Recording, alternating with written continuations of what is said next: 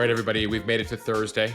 It is Thursday, May 18th, 2023. You're listening to the Mo News Podcast. I'm Moshe Wanunu. And I'm Jill Wagner. This is the place where we bring you just the facts. And we read all the news and read between the lines so you don't have to. Okay, Moshe, in a follow-up to one of our most viral stories about CD cases and cars with CD players, my husband politely reminded me yesterday that we have a car with a CD player. Really? His car, yes. My husband has a Jeep Wrangler. I mean, it's our car, but he's the one who mostly drives it. He's like, we have a CD player in the Wrangler. So yes, count me as one of the Americans. So have you found your Case Logic case, and are you going to bring them into the car for your next ride in the Wrangler? That is really the question. So today I actually had to drive the Wrangler, and I, no joke, couldn't figure out even where, like how to get the CD out of the CD player. So I'm trying to figure out what CD is in there. And if it works, let's find those Case Logics somewhere deep in my garage. Jill, I probably have 100 direct messages from people who found their CDs or also have their Case Logic kind of mega things. And so I look forward to documenting your journey to figure out what CD is in your CD player, whether it works, and once you get it to work, what you've decided to play. Okay, with that, let's get to some news here. Prince Harry and Meghan say that they were involved in a near catastrophic 2-hour paparazzi car chase in New York City, but the NYPD and one of their drivers say otherwise. The state of abortion in America, North Carolina, bans abortion after 12 weeks, and a panel of federal judges signals that it could ban the abortion pill. There is a major drug shortage in this country when it comes to everything from cancer treatments to infections, and no easy answers on how to make things better. The Supreme Court leaves a ban on assault rifles in Illinois in place for now. Organized retail crime taking a huge toll on big box retailers, and the Secret Service investigating a late-night intruder at the National Security Advisor's home in D.C., plus Elizabeth Holmes' last-minute appeal to stay out of prison, rejected by a judge, and Moshe has on this day in history. A little bit of Abraham Lincoln, a little bit of Simple Minds. Do you remember that 80s group? Abraham Lincoln, check. Simple Minds, not check. Jill, it's I don't know. It's particularly ironic because their hit song was "Don't You Forget About Me." Sorry, Simple Minds, we did. We'll have more on that on this day. All right, let's start with the story making headlines here and overseas. Prince Harry and Meghan put out a statement Wednesday saying that they were involved in an alleged, quote, near catastrophic 2-hour paparazzi car chase in New York City. Others, including the taxi driver that drove them, say that that's not quite what happened. Now, this incident took place after Harry and Meghan's mother attended an award ceremony in New York City on Tuesday night. The group reportedly wanted to return to an Upper East Side apartment where they were staying, but were hindered by, quote, significant press presence that followed them from the venue. They spent about an hour driving in circles between the FDR Drive and West 57th Street before going to a local police precinct and hailing a cab. A spokesperson for the couple says, quote, this relentless pursuit lasting over 2 hours resulted in multiple near collisions involving other drivers on the road, pedestrians, and 2 NYPD officers. An NYPD spokesperson says the department had assisted the private security team that was protecting Harry and Meghan that night. They continue that there were numerous photographers that made their transport challenging, saying that the Duke and Duchess of Sussex arrived at their destination and that there were no reported collisions, summonses, injuries, or arrests. New York City Mayor Eric Adams was asked about what happened. Here's what he said. I would find it hard to believe that there was a 2-hour high-speed chase. That would be, I find it hard to believe, but we will find out the exact duration of it. But if it's 10 minutes, a 10-minute chase is extremely dangerous in New York City. We have a lot of traffic, a lot of movement, a lot of people are using our streets.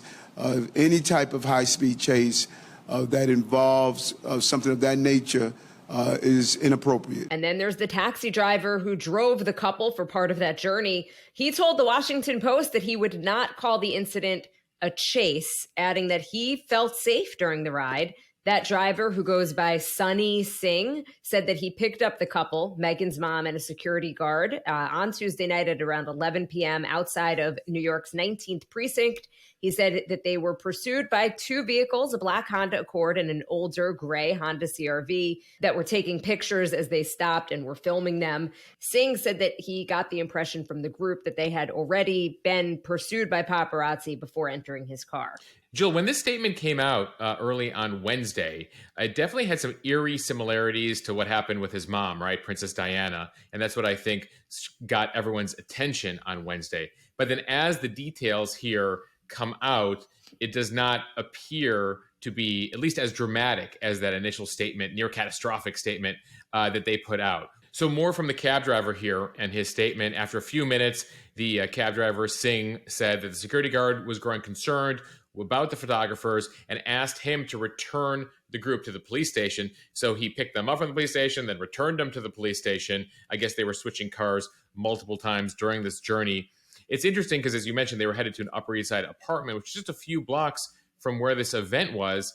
I guess you can speculate here that they just didn't want the photographers to know where they were ending here and took them on these loops around the city. But as anyone familiar with New York would know, a high-speed chase around New York City that doesn't get the attention of social media and you don't find out about till the next day is pretty unlikely. The cab driver then went on to say, I wouldn't call it a chase. I never felt like I was in any danger. It was not like a car chase in a movie. But the bottom line here is clearly Harry and Meghan felt concerned here. They felt the need to put out this statement, especially with its similarities, again, to what happened to Princess Diana in 1997, who was on a car chase or was in a car chase from the paparazzi in Paris when her car crashed and she died. In his memoir that Harry released recently, he discusses, his very contentious relationship with the paparazzi, talking about the harassment of previous girlfriends by the tabloid press. He is involved in multiple legal disputes right now with the tabloid press, including allegations of phone hacking, other unlawful gathering of information. This is something they're very sensitive to. Earlier in the week, Harry is also right now in a court dispute in the UK over getting security for his family paid for when they visit the UK. Keep in mind, he lives here in California with Meghan and their children. They stepped down as non-working royals a couple of years ago, a move they say was partially due to harassment from the tabloid paparazzi. And yet, at the same time, they've done their share of publicity, right? They've had their own podcast. They had their Netflix series. He had his memoir. He had his big publicity tour. So that did lead to questions here as to why suddenly what happened in New York was this near catastrophic chase. And they were so concerned about photos being taken of them after going to a very highly publicized event where there were lots of photographers. So I can't help but feel that this is sort of embarrassing for them. Just the fact that the cab driver came out and was like, I don't know, like nothing really to see here. And obviously there was a lot more going on beforehand. But I don't know. It feels like it gives a lot of fodder for their critics. I think the press statement is the thing that really put them in a difficult position here, because their statement that came out said, last night, the Duke and Duchess of Sussex and Ms. Raglan, this is Meghan's mother, were involved in a near catastrophic car chase at the hands of a ring of highly aggressive paparazzi. The relentless pursuit lasted over 2 hours, resulted in multiple near collisions involving other drivers, pedestrians, and 2 NYPD officers.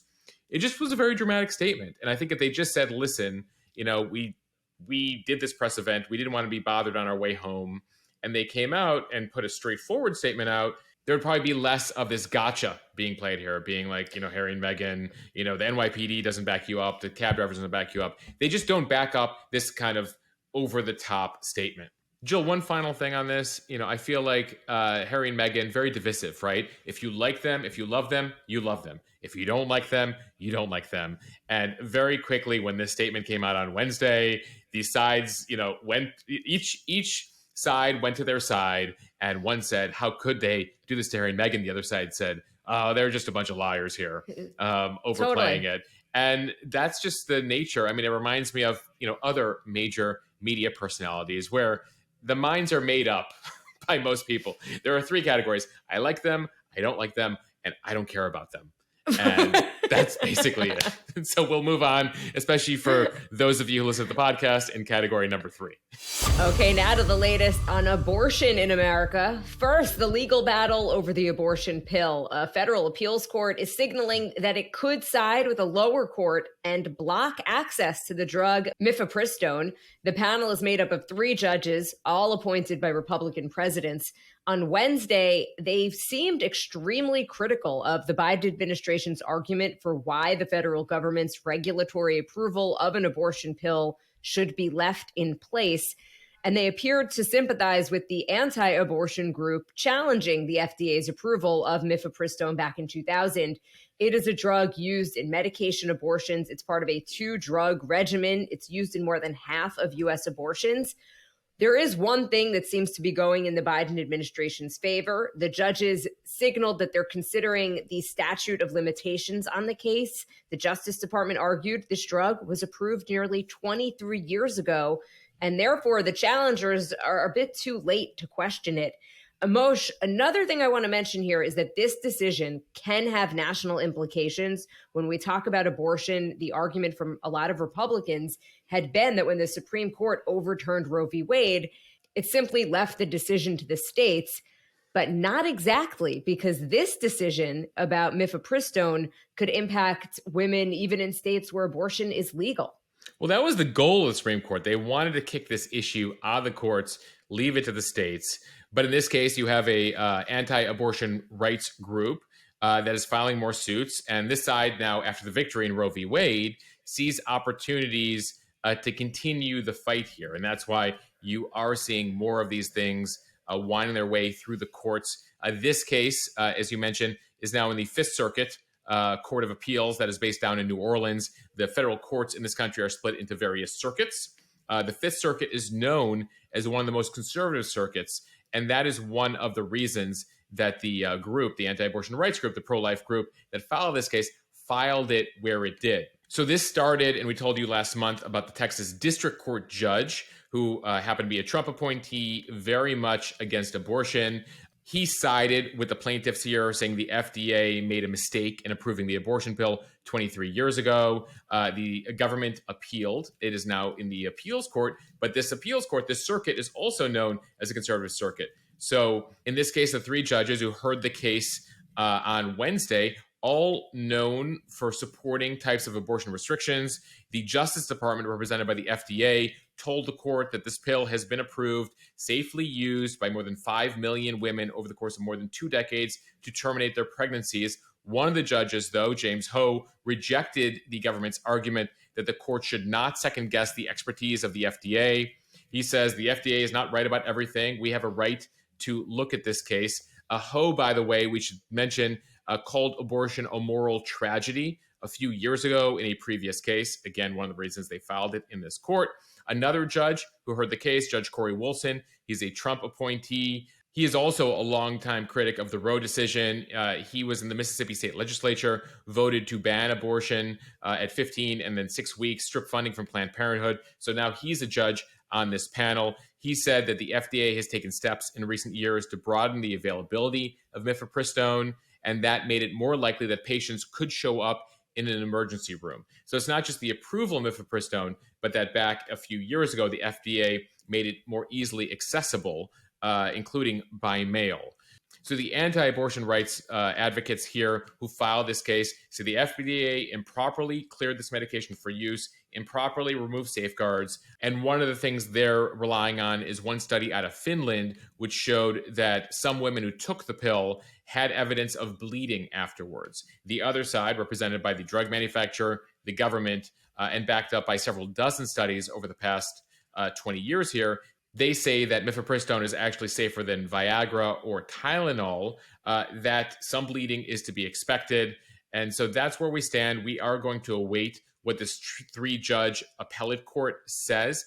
In the meantime, though, mifepristone will continue to remain available. We learned that from the Supreme Court last month. So the Supreme Court is letting this kind of wind its way through the system with no blocks on mifepristone in the meantime. But it is gradually making its way, right? It hit the district court. It's now hit the appellate court. And so it will likely go to the Supreme Court sometime soon. Meanwhile, over in North Carolina, abortion will be banned after 12 weeks of pregnancy. It came after the state's Republican-controlled General Assembly successfully overrode the Democratic governor's veto late Tuesday. The governor had spent last week traveling around the state trying to persuade at least one Republican to side with him on the override. That would have been enough to actually uphold his veto. In the end, the 4 Republicans that the governor had targeted, including one who had just recently switched from the Democratic Party, they all voted to override.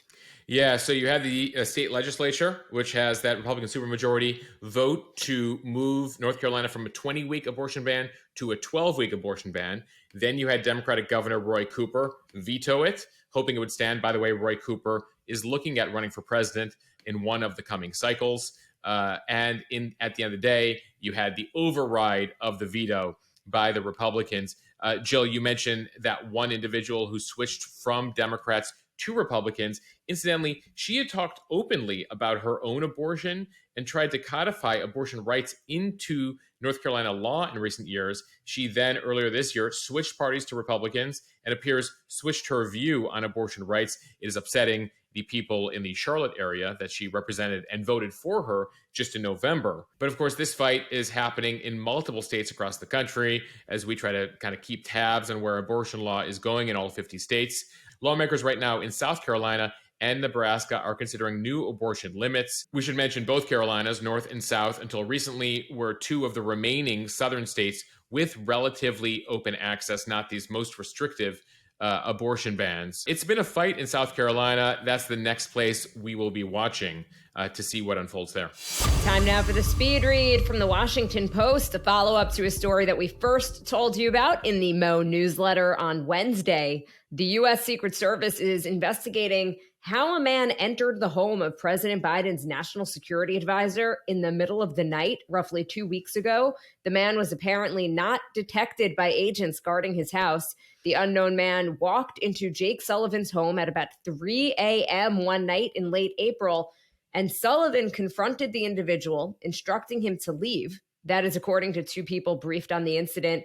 Sullivan has a round-the-clock Secret Service detail, but agents stationed outside the house were unaware that an intruder had gotten inside the home located in the West End neighborhood of Washington until the man had already left, and Sullivan came outside to alert the agents. Secret Service Director Kimberly Cheadle apparently livid over the security lapse. Yeah, I can imagine the national security advisor coming out being like, what? yo, guys, there was just a guy in my house at 3 a.m. Can somebody just keep tabs on my door? The incident is being blamed on, quote, human failure, Jill, within the agency. I mean, clearly. There were no signs of forced entry into Sullivan's home, but the Secret Service is saying even if the doors were unlocked and he didn't have his alarm system on, that they should be able to prevent this sort of thing from happening in the future. NBC reports that the Secret Service is taking the matter, quote, extremely seriously and evaluating possible consequences for the agents involved in the incident. As for the encounter, Sullivan had a brief but not physical encounter with the intruder, and then the intruder left his house. This kind of reminds me of the Paul Pelosi situation. Jill, keep in mind, though, the Paul Pelosi situation was U.S. Capitol Police, but again, a breach there, and obviously with much more tragic consequences, right? The violent attack on him that sent him to the hospital. In this case, this is Secret Service, but this is the U.S. National Security Advisor. This is the president's top person with top security clearance who's involved in negotiations with the Chinese, the Russians, a whole bunch of stuff we don't even know about. I'd love to know about, but we don't know about. And apparently he's got his door unlocked and the intruder's in the middle of the house. And he's just like, hey, can you get out of my kitchen? It's 3 a.m. It just doesn't feel right, Jill. Moshe, there's multiple reports that this intruder was intoxicated and confused, but still absolutely puzzling how he was able to get into Sullivan's home. Yeah, I mean, Jill, I went to college around there. It's the West End right there is right next to where GW is. So, you know, I imagine there's lots of intoxicated and confused college students. I was never one of those, though. Never, ever. Never. But I have seen enough episodes of House of Cards and Scandal to know that the White House National Security Advisor should probably lock his door. Don't you think? Correct. All right. From NBC News, the Supreme Court on Wednesday declined for now to block a new law in Illinois that bans assault-style weapons like AR-15s, which have been used in multiple mass shootings. What this means is that the Illinois law that was enacted in the wake of a July 4th shooting in the city of Highland Park last year will remain in effect while legal challenges continue. That shooting left 7 people dead. Moshe, we covered it closely on this podcast, especially because it was your hometown. In a separate case, though, a federal judge blocked the law, but the 7th U.S. Circuit Court of Appeals has put that decision on hold. So this has a lot of implications, Jill. Illinois is among a handful of states now that has taken an assault weapons ban into its own hands. That's California, Washington State, Illinois, as I mentioned, New York, Massachusetts, Connecticut, a few others on the East Coast. Have all passed their own assault weapons ban. And so it'll be interesting to see how this plays out. In the meantime, it appears the Supreme Court in this case, sort of like the case we were mentioning earlier in the pod with mifepristone, is going to let the existing law stand and let things wind their way through the court system until they eventually have to address it. The Supreme Court in January declined to block new restrictions in New York State related to guns. That was after the Supreme Court overturned gun laws last year. And so we see more cases, in this case, from gun rights advocates, Second Amendment advocates, who say that any restriction on gun purchases is against the Second Amendment. And that was the case here. In fact, they wanted, they believed in this case, these gun rights advocates, that this assault weapons ban in Illinois curtailed their rights and they needed immediate access to buy assault weapons. It appears the Supreme Court felt, at least for now, that this law can stand. And we will see how this unfolds through the appeals court. But rest assured, you can imagine this will potentially hit the Supreme Court again, despite their ruling last year to loosen up the laws. From CNBC, Target said Wednesday that organized retail crime will fuel $500 million in stolen and lost merchandise this year compared with a year ago. Target's inventory loss, called shrink, totaled about $763 million in the last fiscal year. With the anticipated increase, shrink, as it's called, would now surpass $1 billion. It can be difficult to quantify theft because shrink includes inventory loss from other reasons like employee theft or damage. But Target CEO Brian Cornell on the company's earnings call called out the challenge, saying that the retailer and others are grappling with rising theft on top of slower sales and more price-sensitive shoppers. He described retail theft as a worsening trend that emerged last year and said violent incidents have increased at Target stores. And it's not just about the money. He says the problem affects all of us. It limits product availability and creates a less convenient shopping experience. And it also puts our team and guests in harm's way. Yeah, Jill, we've been reporting on how some retail stores are closing in certain areas because of the amount of theft. Though the way they describe it is this is not just petty theft, somebody taking one thing or two things, etc., that these are organized criminal outfits that will go into stores, steal a whole bunch of stuff, and then resell it online. And that's what they've seen a rise of in recent years. It's not just Target, Home Depot, Best Buy, CVS, Walgreens are all talking about this organized criminal theft. So right now, a number of those companies are working with Congress, law enforcement, retail industry trade groups to try to come up with policy solutions. Right now, they're pushing for something called the Informed Consumers Act. That is a law that's intended effect is to require verification. So thieves can't just sell stuff they steal from the store online, that they want online stores to have to go through verification to show receipts, etc., before people are able to sell stuff online. One more thing I should mention, the Target CEO didn't single out any particular store or region that's impacted more heavily here. There's been a lot of talk in cities where there have been decriminalization laws that have allowed people to steal a certain amount without facing any major penalty. San Francisco, New York, among them. The big question is how does this end up impacting consumers, honest consumers, who are purchasing things? Keep in mind, last year, Target had a $31 billion profit. So even at $1 billion in shrink, critics are saying, Target still shouldn't have to raise prices. This is, still insignificant. But Target says that is not insignificant, that this is a big deal, especially as they deal with the fact that they had too much inventory coming out of all the COVID era.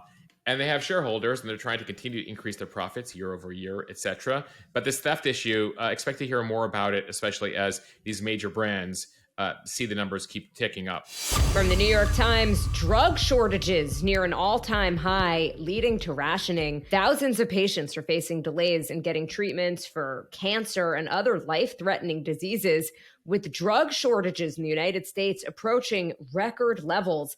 Hospitals are scouring shelves for supplies of a drug that reverses lead poisoning and for a sterile fluid that's needed to stop the heart for bypass surgery. Some antibiotics are scarce following the winter flu season, when doctors and patients frantically chased medicines for ailments like strep throat.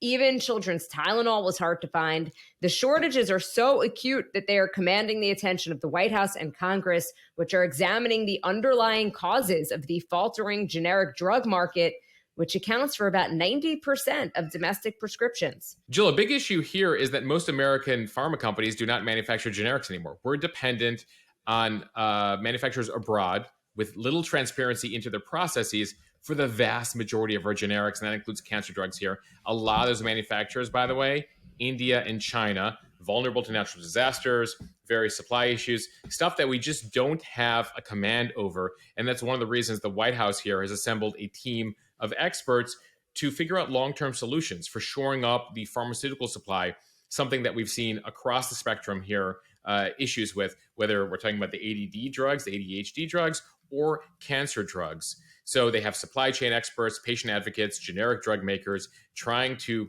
get a better sense of what we need to do as a nation to ensure that we don't see these types of shortages in the future. One of the big issues we have is the bankruptcy of the U.S. generic drug maker Acorn, which closed earlier this year. That's been linked to a number of the shortages. And so we're going to monitor this White House group here to see what they can do to bring more transparency to the drug supplies, so policymakers are not flying blind when it comes to sources for critical ingredients. You know, I've gotten a lot of notes, Jill, on the Instagram account being like, give me an update on this shortage or that shortage. And there just is little transparency from these manufacturers, especially given that a lot of them are based internationally, into when things will let up and when things will get back to normal. Moshe, for the first time this year, I have had to call numerous pharmacies to get a prescription for my daughter. And it is extremely stressful. In the end, I've been able to get my hands on the prescriptions that she's needed, but it's just another level of stress when you've got a sick kid, especially. Yeah. It just makes it that much more difficult. From Reuters, Theranos founder Elizabeth Holmes and former CEO Ramesh Sunny Balwani were on Tuesday ordered to pay $452 million to victims of the blood testing startup's fraud. Both Holmes and Balwani are equally responsible for the full amount. An appeals court also denied Holmes's request to remain out of prison while challenging her conviction. Holmes rose to fame after claiming that Theranos' small machines could run an array of diagnostic tests with just a few drops of blood. She was convicted last year of misrepresenting the startup's technology and finances. She was sentenced to 11 years and 3 months in prison. Holmes had asked the 9th U.S. Circuit Court of Appeals to pause her sentence on April 25th, 2 days before she was to report to prison. Yeah, so she's been hanging out at home at least for a few weeks, doing interviews with the New York Times, at the San Diego Zoo, which we'll talk about in a second. But it now appears that she... Liz, she's no longer Elizabeth Holmes. She's Liz Holmes, everybody. And it's a new page. But unfortunately for her, her time appears to be up. A judge could be ruling within days when she is set to now go to prison. It is not clear how Holmes, whose net worth went from $4.5 billion at its peak to nothing after Theranos imploded, will pay the fine to investors. In 2022, Balwani's net worth was $85 million, which even in its entirety would make a small dent in that $452 million. Jill, when we talk about the victims here, keep in mind that the juries found the victims here were the investors. They actually didn't find them guilty of defrauding the people who were misled by the blood machines. So the biggest payout here goes to who else? Rupert Murdoch, the media mogul, head of Fox himself. He is set to get $125 million of his money back for investing in Theranos. Other people who would get paid back if Holmes and Balwani can come up with the money: Oracle co-founder Larry Ellison, also another billionaire, former Secretary of State Henry Kissinger, and former Education Secretary Betsy DeVos, also not suffering for cash. But again, the investors here were labeled the victims, and a court has ruled that they were misled and they should be getting their money back. Moshe, back to that New York Times piece. You were away when we talked about it on the podcast. It got a lot of criticism as basically just being this puff piece, this PR piece for Elizabeth Holmes, and she was trying to rehabilitate her image ahead of potentially heading to prison. Yeah, Jill, I actually read it while I was abroad in Ethiopia because I couldn't help myself. I'm obsessed with the story. Said no one ever. Who's not reading New York Times Theranos pieces? Though I do know the reporter on that story, Amy Chozick. She's a former political reporter at the New York Times, great writer, a great reporter. And, I think she was reporting what she was hearing from Liz Holmes, who was trying to turn over a new leaf here.